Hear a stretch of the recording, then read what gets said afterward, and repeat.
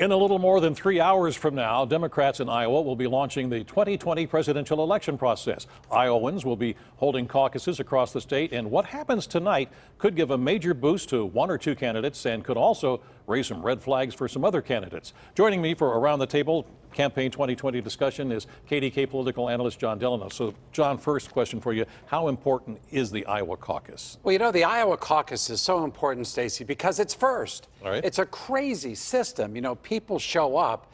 They don't just vote by secret ballot. It's all very public.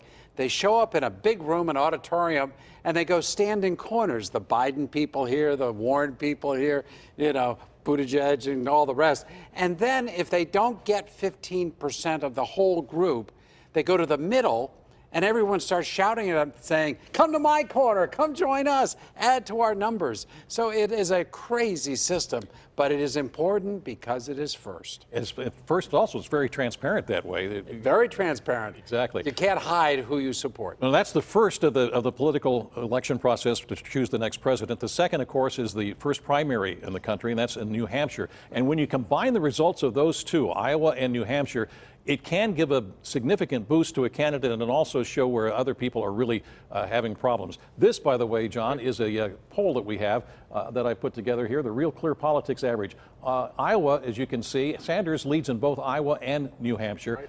Right. Biden is second.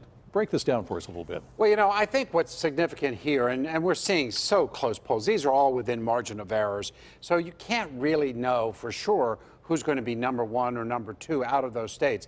But you are 100% correct, Stacy, that a candidate who comes out of Iowa and New Hampshire on top in both gets a really good boost in order to win the next two, Nevada caucus and the South Carolina primary. Those are the four states that vote in February, and they've always been seen as key states before we go into Super Tuesday in March, where we're going to have a whole lot of states, including some very big ones like California and New York, vote. All right, now, we also have a comparison here of how Pennsylvania stands with the rest of the country. Yep. Traditionally, the results from Pennsylvania have not meant all that much because our primary is so late. It's in late April. And by that time, after Super Tuesday, you usually have a clear-cut leader, if not winner, by that time after Super Tuesday. It could be different this year, though. Yes, and again, you're absolutely right. It could be different. And why will it be different, or could it be different? Because we have so many major candidates who are close to each other. If we come out of Iowa and New Hampshire and Nevada and South Carolina with Biden and Sanders and even Warren and Buttigieg, and they're all still clumped sort of together, then the March primaries and even April could be important. 60% of the voters, of the delegates, will have been picked by Pennsylvania. That's a lot, but only if someone is a clear runaway. And as you see coming to Pennsylvania, according to these polls, Biden has a clear head over Sanders. I wanted to look down at the fourth name there. Yeah. Bloomberg. Yeah. Now, only because he entered this race late and he spent a lot of money, but already, as you can see, here in Pennsylvania, they've almost caught up with the rest of the country in thinking about voting for him, at least 7% of this. Well, you know, Bloomberg has spent $10 million in Pennsylvania in just a few weeks.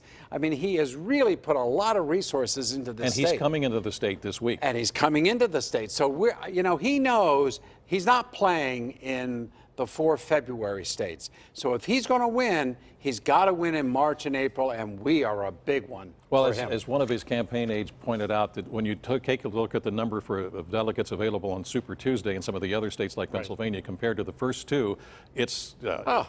41 delegates are going to be selected tonight. Right. You need 1,991 to win the nomination. Tonight is negligible when it comes. Except for momentum. Except for momentum and the fact that it is first. All right, John, thank you. And we hope that you join us again tomorrow for Around the Table with our political analyst as we take a look at the results in Iowa and what it could mean and the impact of the impeachment trial as well.